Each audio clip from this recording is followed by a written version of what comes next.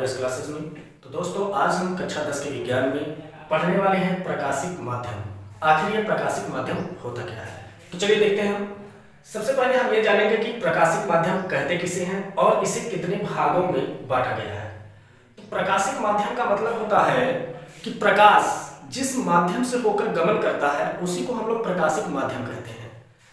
आप लोग कह सकते हैं कि प्रकाश जिस रास्ते से या जिस पदार्थ से होकर जिस माध्यम से होकर जाता है वही आपका क्या कहलाता है, प्रकाशिक माध्यम कहलाता है। ठीक, तो परिभाषा आप समझ गए होंगे।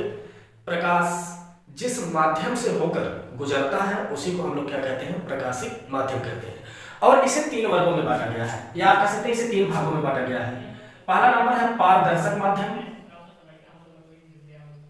पहला क्या है, पारदर्शक माध्यम।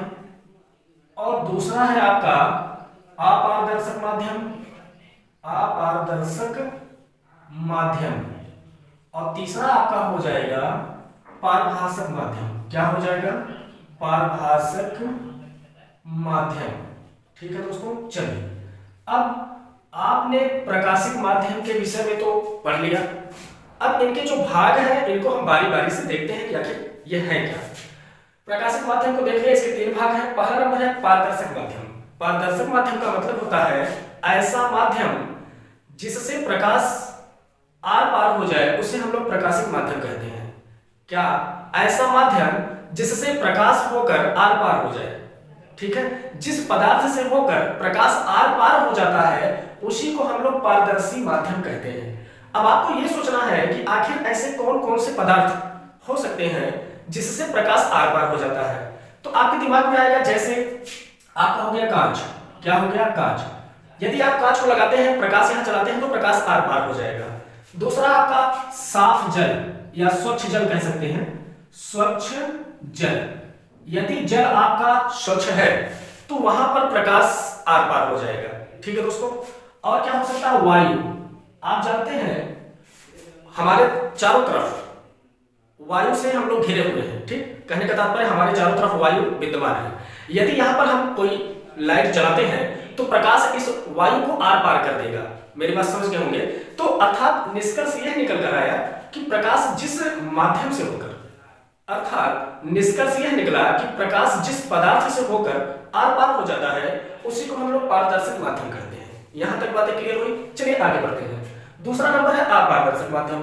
अपारदर्शक माध्यम का क्या मतलब होता है, अपारदर्शक माध्यम का मतलब होता है कि ऐसा माध्यम जिससे प्रकाश आर पार ना हो पाए उसी को हम लोग अपारदर्शक माध्यम कहते हैं।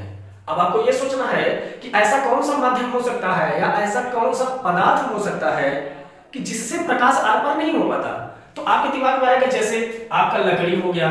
अगर आपका लकड़ी है, लकड़ी यूं कह सकते हैं कि कोई दरवाजा है लकड़ी का, और आप इधर से प्रकाश जलाते हैं तो क्या प्रकाश पार हो जाएगा, तो नहीं हो पाएगा। तो इस स्थिति में जिससे प्रकाश आर पार नहीं हो पाता उसी को हम लोग अपारदर्शक माध्यम कहते हैं। ठीक, लकड़ी हो गया, आपका दीवार हो गया। ठीक है, लकड़ी, दीवार, लोहा, ये तमाम ऐसी चीजें जिससे प्रकाश पार ना हो पाए उसी को हम लोग अपारदर्शक माध्यम कहते हैं। यहां तक बातें क्लियर हुई। चलिए अब हम लोग तीसरे नंबर पर चलते हैं, पारभाषक माध्यम। आखिर ये पारभाषक माध्यम क्या होता है।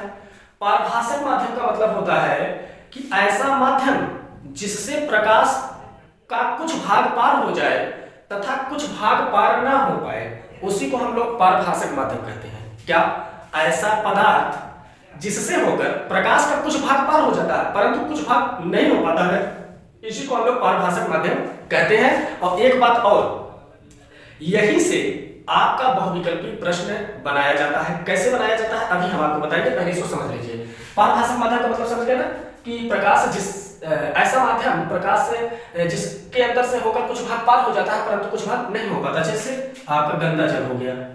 क्या, गंदा जल। ठीक, यहां से प्रकाश का कुछ भाग तो पार हो जाएगा परंतु कुछ भाग नहीं हो पाएगा। अच्छा, घिसा हुआ कांच। यदि आपका कांच घिसा हुआ है, ठीक है, घिसा हुआ कांच, यदि कांच आपका घिसा हुआ है तो वहां से प्रकाश का कुछ भाग पार होगा और कुछ भाग नहीं हो पाएगा। गंदा जल हो गया, घिसा हुआ कांच हो गया। तेल से लगा कागज। क्या, तेल से लगा कागज। आप देखे होंगे कि कोई भी कागज हो, यदि वह तेल से लगा हुआ है तो कुछ हल्का फुल्का आर पार दिखता है, तो वहां पर यदि आप प्रकाश उसके सामने लाते हैं तो कुछ भाग उसका पार हो सकता है। तो ऐसी स्थिति में पारभाषिक माध्यम में वो आ गया गंगा जल, घिसा हुआ कांच, तेल से लगा हुआ कागज। तो आई होप आपको प्रकाशिक माध्यम समझ में आया होगा, और प्रकाशिक माध्यम के 3 भाग, पारदर्शक माध्यम, अपारदर्शक माध्यम और पारभाषिक माध्यम समझ में आया होगा। अच्छा, अब यहाँ से किस प्रकार से सवाल आपके बनते हैं इस पर भी हम चर्चा कर लेते हैं। जैसे हम आपसे एक सवाल पूछें, क्वेश्चन दे दें कि गंगा जल गंगा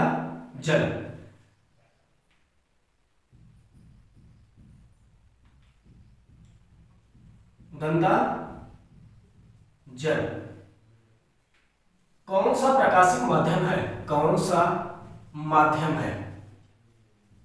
ठीक, ऑप्शन में आपके दे दिया जाएगा पारदर्शक, दूसरा है आपका अपारदर्शक, तीसरा है आपका पारभाषक और चौथा है आपका कोई नहीं, नॉन ऑफ दीज। तो देखिए गंगा जल कौन सा माध्यम है, अब तो आप समझ गए होंगे, एग्जांपल आपके सामने है। तो गंगा जल क्या होगा, पारदर्शक नहीं होगा, अपारदर्शक नहीं होगा, ये सीधा आपका पारभाषक माध्यम हो जाएगा। ठीक है दोस्तों, ये कौन सा माध्यम हो जाएगा आपका, पारभाषक माध्यम हो जाएगा। अच्छा, एक बात और ध्यान दीजिएगा, गंगा जल न दे करके आपसे ये पूछ लेगा धूल कण से युक्त वायु, क्या धूल कण से युक्त वायु कौन सा माध्यम बनेगा? तो आप ये सोचिएगा कि कोई वायु है, अगर उसमें धूल और कण उपस्थित है तो कहीं ना कहीं वह पारभाषक माध्यम बनेगा, क्योंकि धूल कण जिस वायु में उपस्थित होंगे उसमें प्रकाश पूरा पार नहीं हो पाएगा, प्रकाश का कुछ भाग पार होगा तथा कुछ भाग नहीं हो पाएगा। तो यहाँ पर आपको धूल कण वाला आप थोड़ा ध्यान दीजिएगा, ठीक है, ये यहाँ से पूछ सकता है। तो चलिए दोस्त, ये प्रकाशिक माध्यम की परिभाषा और इससे जुड़ी हुई कुछ बातें थी जो आज हम लोगों ने इस वीडियो में सीख लिया, और आई होप आपको समझ में आया होगा। यदि नहीं समझ में आता वीडियो को एक बार 2 बार और देखिएगा, और हाँ, यदि आप हमारे चैनल पर नए हैं तो चैनल को लाइक, सब्सक्राइब और शेयर करना बिल्कुल ना भूलिएगा। और आपको ये कैसा लगा, समझ में आया या नहीं आया, इसके लिए आप जरूर कमेंट कीजिएगा। तो इन्हीं बातों के साथ आपको धन्यवाद।